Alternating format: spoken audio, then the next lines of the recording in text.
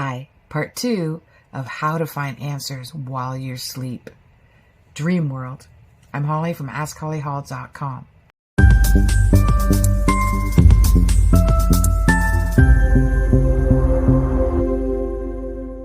Dream World. How can you find answers while you're sleeping? This is part 2. So if you want to know the basics, go to part 1. It will also be in a podcast playlist folder on YouTube. Remember that every character in your dream is you. Hey, you want to really help me out? I have hundreds and thousands of people watch my videos, but many of them don't like or subscribe. If you could like this right now or subscribe, I would be forever in your debt. And I'll continue to pour out free information. Now let's get back to the video. Yeah, you. So even if it is your husband or your children, sometimes they can represent them. You'll get to know when they do and when they don't.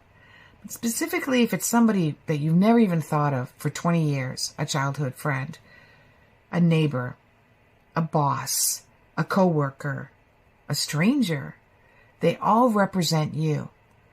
If you know the person in real life or had known them, think of the first 3 things of their character that pops up when you think of them or when you would describe them to somebody. For instance, I had a dream last night of Ryan. Ryan is funny, brave, and a go-getter. So in the dream, he represents the brave, courageous, go-getting or go-getter, and funny, humorous side of me. If it is a very challenging dream, it may be telling me that I need to take things less seriously. Just go for it. Have some fun. Have some courage. It may also be saying that I am courageous. I'm incorporating less seriousness in my life. It depends on whether that dream is pleasant or unpleasant. Unpleasant generally means you need to work on it. Pleasant means you're working on it right now. It can be very unpleasant. For instance, you can imagine there's a monster that's chasing you and you're running to work and you're into work and you're going from corridor to corridor and you can't find your office. That definitely means a negativity within you that is chasing you, that is running after you and making it really difficult for you to concentrate or work or find your place at work.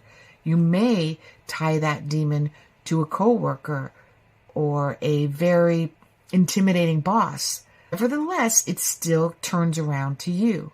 Why are you affected by that intimidating boss or that gossipy coworker? How can you work on yourself to overcome the personality and behavioral traits of others that are in your daily life? Sometimes we have dreams where we're chasing, and that means we're chasing something. We're chasing a dream, or we're chasing something negative, and we're looking for it.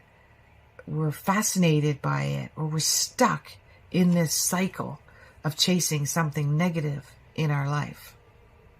For instance, let's say you feel like you don't fit in where you're working, or you don't fit in to a group of people like family members, and you're constantly trying hard to fit in, trying to be nice to everybody, do things for everyone, support them, listen to them, and you feel like it's just making things worse. So that's you chasing. You're chasing that happiness through other people to feel this self-gratification of belonging and connecting to a tribe. When you look up the book, maybe A Magical, Wonderful World of Dreams, it's a purple book. It's fuchsia, and it's by Wilda Tanner. You will see that there'll be in sections, buildings, animals, places, people, things, colors, objects. Each one of those, when you wake up and you jot down the 3 things that you remember about your dream so you can recall it later and write it down again, take a look at my first video, means something. And in buildings, the rooms within a building mean something. For instance, kitchen is food for thought. Bedroom is resting and relaxing, a place of rest and relaxation. bathrooms, which I used to have tons of dreams. I had one recently. I hadn't had one in a long time. And my bathrooms always have like tubs, a lot of tubs and showers. So this is of cleansing or releasing. And that's what the bathroom dreams mean. Usually when I'm in the midst of cleansing, I will have those dreams. It could be psychological, emotional, physical, biological cleansing. There's the upstairs, which is your higher subconscious. There's the basement, which is your lower subconscious. I used to have dreams of elevators, and they didn't just go up and down. They would always go twists and turns and sideways, more like a roller coaster than an elevator. But nevertheless, I don't have those dreams any longer. And elevators literally mean elevation. You are elevating up or you are descending down in your spiritual progress. What you signed up for. And obviously when I was having those dreams, I was kind of going sideways. I was taking the long road. I was going nowhere fast. Sometimes I was comfortable in the elevators, and other times it was not a good ride. When we dream of animals, animals represent different things as well. A cat can represent cattiness. Dog can be dogma. Horse can be freedom. Unless, of course, you love and adore horses and you have a horse, it may mean something else to you. Your subconscious never stops working while you sleep. They're still studying exactly why we dream and the reason for dreaming. There is a big debate in the scientific world whether it is our subconscious and it means something or it doesn't. But what about those prophetic dreams? We have nightmares. We have prophetic dreams, which is dreams of the future. Those deja vu dreams where you meet somebody, or you do something the next day and you're like, I just dreamt that last night, this exact thing. Now, if you subscribe to the idea that there is no concept of time and everything is happening all at once, then that's sort of the answer to it. You tapped in while you were sleeping into that non-existent, non-linear time and saw events happening. Hey, you want to really help me out? I have hundreds and thousands of people watch my videos, but many of them don't like or subscribe. If you could like this right now or subscribe, I would be forever in your debt.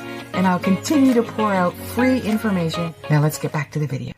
It's quite interesting because when we walk through life, and I mean physically walk through life, walk down a street, go through your grocery store, in your office, in your own home, you may be hyper-focused on what is interest of yours at the moment, but your subconscious, it knows the color of the brick, all of the people on the sidewalk. It sees everything in the room.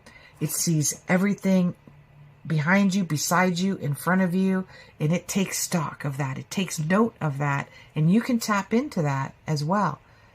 So you can get answers that are not obvious to you because you haven't observed it in your waking life, but it was around you, and your subconscious knows that, and it's easy for your subconscious to express that to you through dreams. We've also had visitations where people that we love who have passed on visit us.